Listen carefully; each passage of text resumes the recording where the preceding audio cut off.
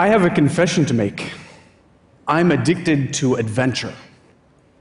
And as a young boy, I would rather look outside the window at the birds and the trees and the sky than looking at that two-dimensional, chalky blackboard where time stands still and even sometimes dies. My teachers thought there was something wrong with me because I wasn't paying attention in class. They didn't find anything specifically wrong with me other than being slightly dyslexic because I'm a lefty.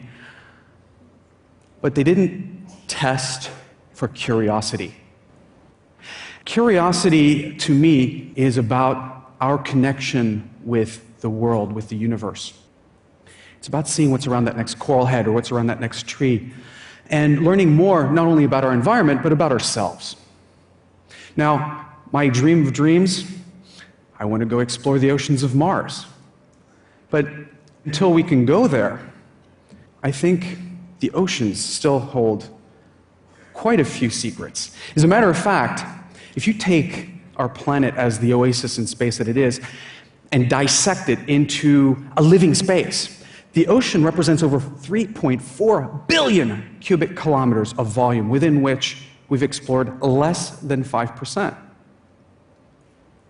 And I look at this, and I go, well, there are tools to go deeper, longer, and further. Submarines, ROVs, even scuba diving. But if we're going to explore the final frontier on this planet, we need to live there.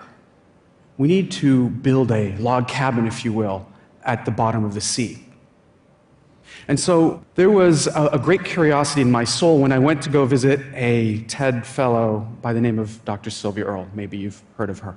2 years ago, she was staked out at the last undersea marine laboratory to try and save it, to try and petition for us not to scrap it and bring it back on land. We've only had about a dozen or so scientific labs at the bottom of the sea. There's only one left in the world. It's 9 miles offshore and 65 feet down. It's called Aquarius. Aquarius, in some fashion, is a dinosaur, an ancient robot chained to the bottom, this Leviathan. In other ways, it's a legacy.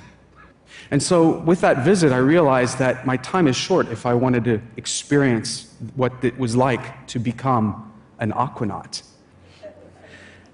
When we swam towards this after many moons of torture and 2 years of preparation, this habitat waiting to invite us was like a new home. And the point of going down to and living at this habitat was not to stay inside. It wasn't about living at something the size of a school bus. It was about to give us the luxury of time outside to wander, to explore, to understand more about this oceanic final frontier. We had megafauna come and visit us. This spotted eagle ray is a fairly common sight in the oceans. But why this is so important, why this picture is up, is because this particular animal brought his friends around. And instead of being the pelagic animals that they were, they started getting curious about us, these new strangers that were moving into the neighborhood, doing things with plankton. We were studying all sorts of animals and critters, and they got closer and closer to us. And because of the luxury of time, these animals, these residents of the coral reef, were starting to get used to us, and these pelagics that normally travel through stopped. This particular animal actually circled for 31 full days during our mission. So Mission 31 wasn't so much about breaking records, it was about that human-ocean connection.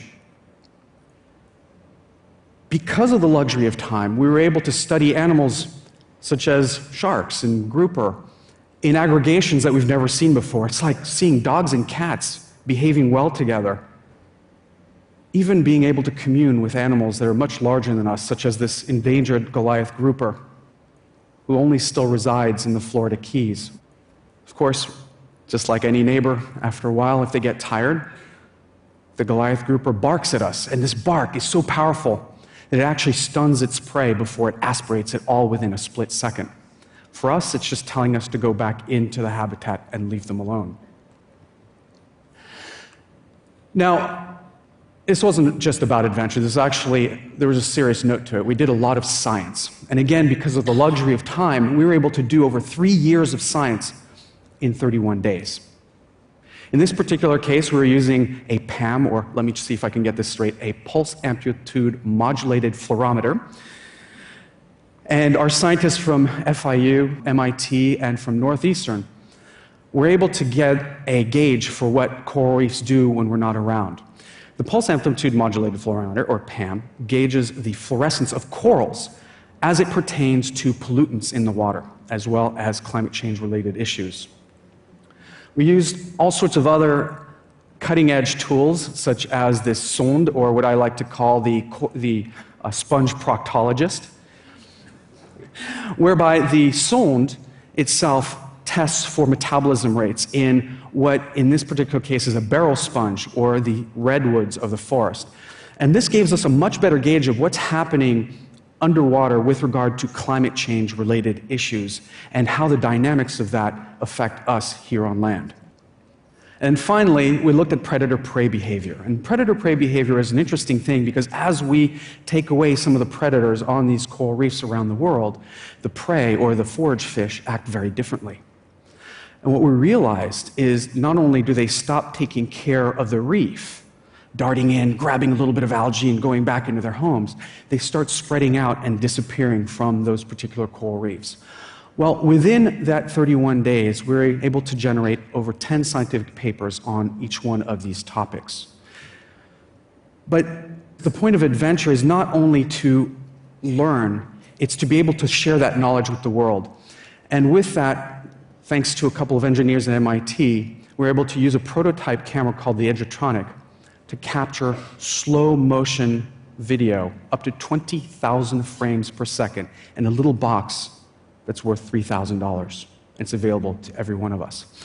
And that particular camera gives us an insight into what fairly common animals do when we can't even see it in the blink of an eye. Let me show you a quick video of what this camera does. You can see the silky bubble come out of our hard hats.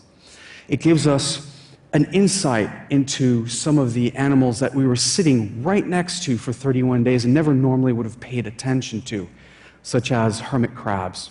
Now, using a cutting-edge piece of technology that's not really meant for the oceans is not always easy. We sometimes had to put the camera upside down, coordinate back to the lab, and actually man the trigger from the lab itself.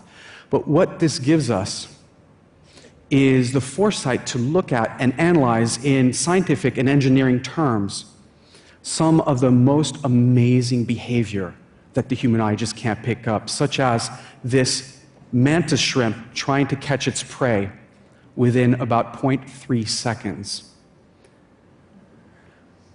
That punch is as strong as a .22 caliber bullet, and if you ever try to catch a bullet in mid-flight with your eye, impossible. But now we can see things such as these Christmas tree worms pulling in and fanning out in a way that the eye just can't catch. Or, in this case, a fish throwing up grains of sand. This is an actual sailfin goby, and if you look at it in real time, it actually doesn't even show its fanning motion because it's so quick. One of the most precious gifts that we had underwater is that we had Wi-Fi. And for 31 days straight, we were able to connect with the world in real time from the bottom of the sea and share all of these experiences. Quite literally, right there, I'm Skyping in the classroom with one of the 6 continents and some of the 70,000 students that we connected every single day to some of these experiences. As a matter of fact, I'm showing a picture that I took with my smartphone from underwater of a Goliath grouper laying on the bottom. We had never seen that before. And I dream of the day that we have underwater cities. And maybe, just maybe, if we push the boundaries of adventure and knowledge, and we share that knowledge with others out there, we can solve all sorts of problems. My grandfather used to say, people protect what they love. My father, how can people protect what they don't understand? And I thought about this my whole life. Nothing is impossible. We need a dream, we need to be creative, and we all need to have an adventure in order to create miracles in the darkest of times. And whether it's about climate change, or eradicating poverty, or giving back to future generations what we've taken for granted, it's about adventure. And who knows, maybe there will be underwater cities, and maybe some of you will become the future aquanauts. Thank you very much.